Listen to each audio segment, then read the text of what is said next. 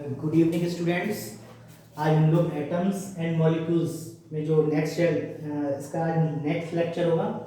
तो अभी इस चैप्टर में हम आपको काफ़ी कुछ पढ़ा चुके हैं। क्या उसमें हो चुका है? अभी केमिकल रिएक्शंस की बात हो गई थी, बहुत अच्छे से आपने कर लिया था। फिर उसके बाद लॉस की बात आ गई थी, तो कंजर्वेशन ऑफ मास की बात हो गई थी। कांस्टेंट प्रोपोर्शन की भी बात हम लोगों ने कर ली थी कि कांस्टेंट प्रोपोर्शन में क्या है, जैसे वाटर है तो उसका रेशियो फिक्स रहेगा 1:8। अगर उसमें और भी अगर ये रेशियो के अलावा अगर कोई और रेशियो आता है तो वो वाटर नहीं होगा, दैट मीन वो डिफरेंट सब्सटेंस होगा। ठीक है, तो ये कांस्टेंट प्रोपोर्शन लॉ था। फिर हम लोगों ने डाल्टन एटॉमिक थ्योरी पढ़ी थी। तो डाल्टन ने इसमें बहुत सारा काम किया था, बहुत फैक्चुअल बातें बताई थी। ठीक है, लेकिन कुछ आगे चल के क्या हुआ था, उनकी जो बातें थी वो थोड़ी सी गलत हो गई।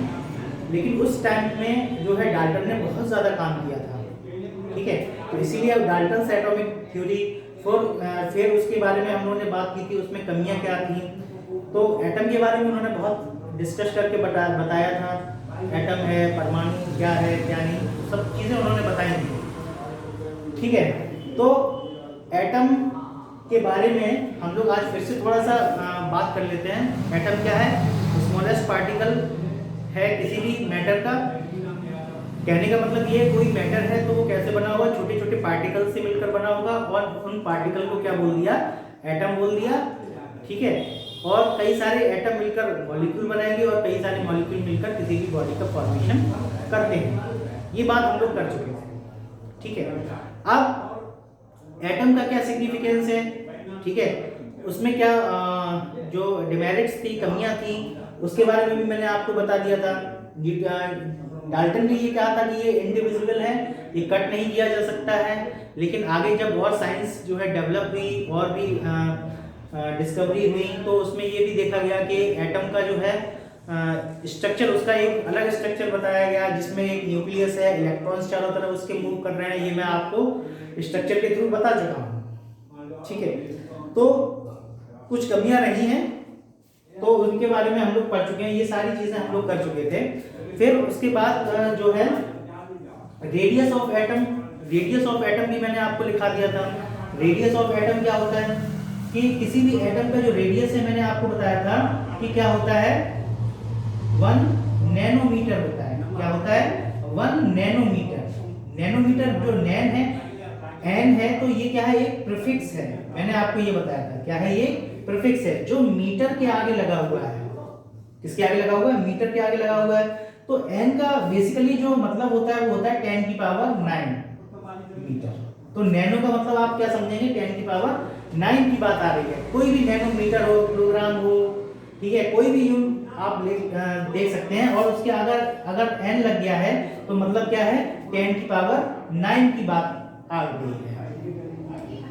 ठीक है, तो ये पॉइंट आपको ध्यान रखना है। तो ये जो 1 नैनोमीटर, या इसको हम और रिवर्स तरीके से ऐसे भी लिख सकते हैं कि 1 मीटर इक्वल्स टू क्या हो सकता है? 10 की पावर 9 नैनोमीटर। ऐसे भी इसको हम लिख सकते हैं कि 1 मीटर। ये तो हमने आपको क्वांटिटी बता दी, लेकिन ये रेडियस ऑफ एटम होता है। ये क्या होता है? Radius of an atom.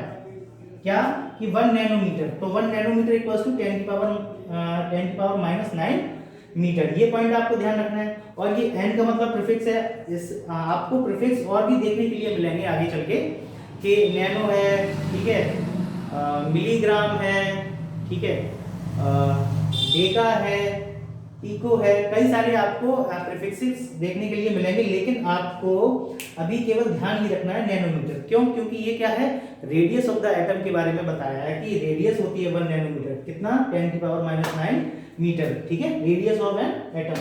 ये क्या है? प्रीफिक्स है। कई सारे और प्रीफिक्सेस हैं, उनके बारे में हम लोग बाद में करेंगे। ठीक है, अब हम लोग बात कर लेते हैं, यहाँ तक कि हम लोगों ने सिंबल्स के बारे में भी बात कर ली थी। लेकिन इससे पहले हम लोग क्या देखते हैं कि डाल्टन ने कुछ एलिमेंट थे, उनके सिंबल बताए थे। सिंबल किस तरीके से? देखिए, what are the modern day symbol of atoms different element. इस तरीके से उन्होंने हाइड्रोजन का सिंबल ये बताया था कि एक सर्कल बना दिया छोटा सा और एक बीच में पॉइंट रख दिया। ठीक है, तो उस हाइड्रोजन का ये सिंबल हो गया। ये किसने बताया थे? ये डाल्टन ने बताए थे ये सारे सिंबल। फिर फास्फोरस का इस तरीके से उन्होंने सिंबल बना दिया, एक लाइन ऊपर गई पॉइंट सेंटर से, एक इधर एक इधर। ये गोल्ड का कॉपर का, ऑक्सीजन का। तो ये सारे सिंबल जो हैं वो किसने बताए थे? डाल्टन ने बताए थे। आयरन है, कार्बन है, लेड है, प्लेटिनम है, सिल्वर है, मरकरी है, तो ये सारे सिंबल डाल्टन ने बता दिए थे। फिर क्या हुआ कि थोड़ा सा डिस्कवरी हुई, थोड़ा साइंस और डेवलप हुई, ठीक है। तो एक सिस्टम बना दिया गया जिसको हम क्या बोलते हैं? IUPAC। IUPAC। अब IUPAC के थ्रू सभी जितने भी एलिमेंट्स थे उनका जो है रिप्रेजेंटेशन किया गया, सिंबल्स बनाए गए उसके थ्रू, जिसके थ्रू सभी सिंबल जितने भी एलिमेंट थे उनका सिंबल बनाया गया। तो हम लोग पहले देख लेते हैं IUPAC की। यहाँ पर इंपॉर्टेंट बात यह है कि IUPAC की आपको फुल फॉर्म याद रखनी है कि IUPAC की फुल फॉर्म क्या होती है। उसके बाद आपको ये जो डाल्टन के थ्रू उन्होंने ये जो है एलिमेंट्स के सिंबल बताए थे वो भी आपको ध्यान में थोड़ा सा रखना है, ज्यादा नहीं है। 5, 10 और 11 है, तो इसमें आपको कोई प्रॉब्लम नहीं आएगी, ठीक है। तो IUPAC सिस्टम एक बनाया गया जिसमें क्या किया गया, जितने भी एलिमेंट थे उनका उनके सिंबल बना दिए गए, ठीक है। तो उसके बारे में हम लोग अभी बात करते हैं। तो ये बात आपको समझ में आ गई होगी।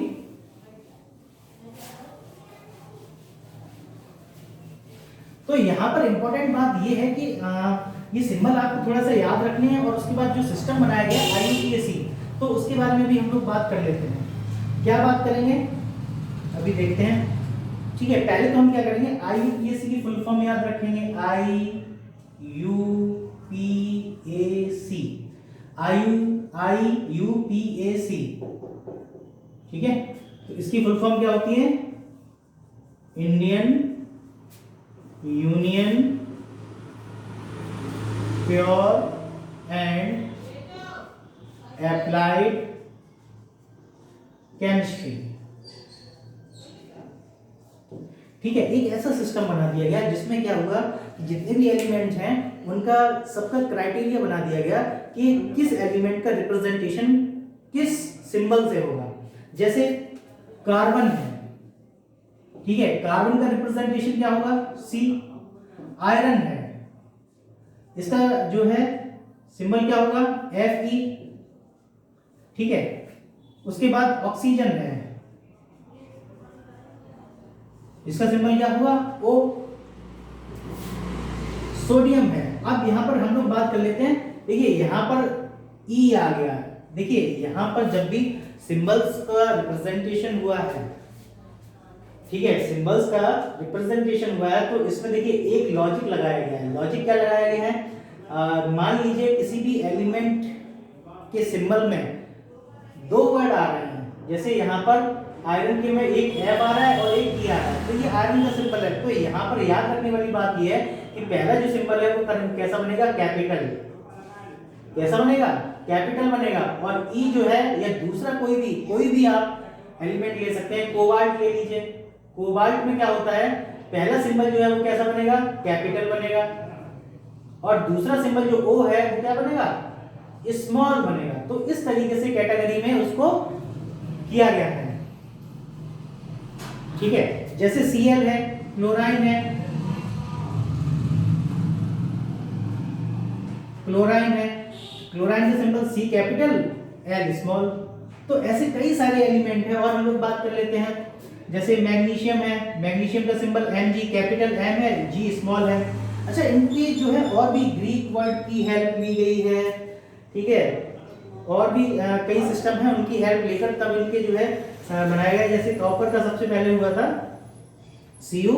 तो ये सब पॉइंट आपको ध्यान रखने हैं। तो आज के लिए हम लेक्चर में इतना ही रखते हैं, इतना ध्यान रखिएगा। फिर हम लोग क्या करेंगे आगे जो है नेक्स्ट लेक्चर में बहुत ज़्यादा पढ़ेंगे, स्टडी करेंगे। आगे वाला लेक्चर आपको बहुत ध्यान से पढ़ना है, उसमें कई सारी इंपॉर्टेंट फैक्चुअल बातें होंगी। आई होप आप बहुत ध्यान से उसको देखेंगे, ठीक है। Keep study, keep learning. Thank you.